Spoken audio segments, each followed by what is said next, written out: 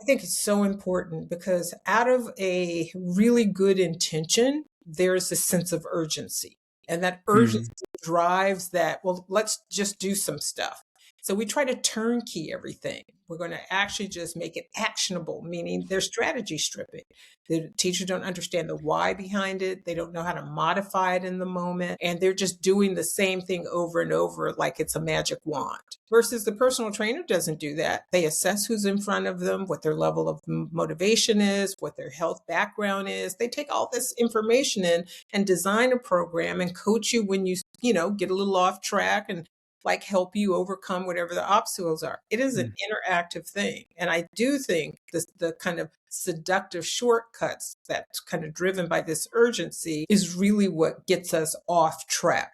Right. And so being able to really understand how change happens, I really believe instructional leaders have to be kind of masters of and students of how change happens. This is why chapter 4, before I get into kind of the nitty gritty of it mhm, all about how change happens. Because if you don't understand that change takes a dip before it actually starts to level off and then increase, we improve. Our first attempts at anything, I call them the first pancake. And we know how that mm, first mm, pancake goes, right? It's bad. And we don't shut the kitchen down though. We make adjustments. mm, And so I think in this urgency, leaders are trying to avoid that first pancake. And you can't if real learning is happening.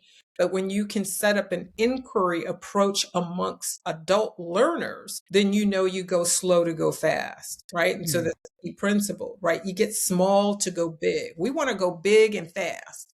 Like, okay, then you want nothing to happen. And you mhm, cannot deny that outcome. So that's the seductive shortcut. The dangerous detour is that we're just going to talk about relationships or anti-racism or like we're over here and we're not even talking about instruction. So that's the mm, dangerous detour that if we all just get along, or it's about belonging, right? Or mhm, heaven forbid, we think it's just about the student not being motivated or needs to get a growth mindset. Like we've heard all this before. mm. Those are dangerous detours. They just sidetrack us from talking about the instructional core and instruction and building students' learning power. Yeah, and that piece about change is interesting too. I'd love to hear your thoughts on sort of like the human side of change as well. But that piece, the first pancake, I like that imagery as well. I give that to my dog, but it's okay because then by the time I make a pancake 2 and 3, I've got a better process, That's and right. I think it helps just sort of like reframe. And districts love to talk about like, hey, let's learn from failure, let's innovate, but they don't really mean it, right? Because when you fail, then you get in trouble. I mean, you get written up and disciplined and that kind of thing.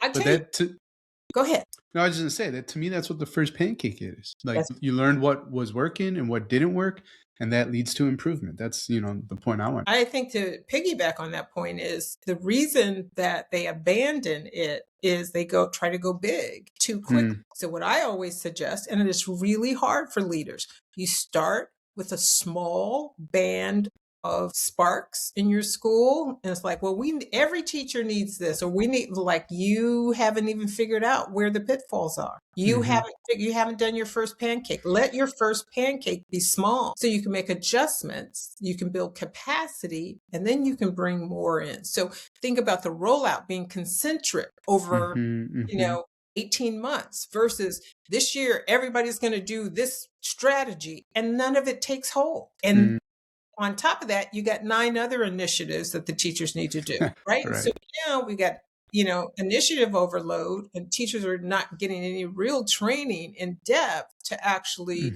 hmm learn how to correct the small glitches in that first pancake as they implement something. This is the biggest challenge I do see amongst leaders is you get mm small to go big and you go slow to go fast. Many of them just want to go fast and try to do it big. We're going to scale it everywhere all at once. That is a hmm for doing nothing.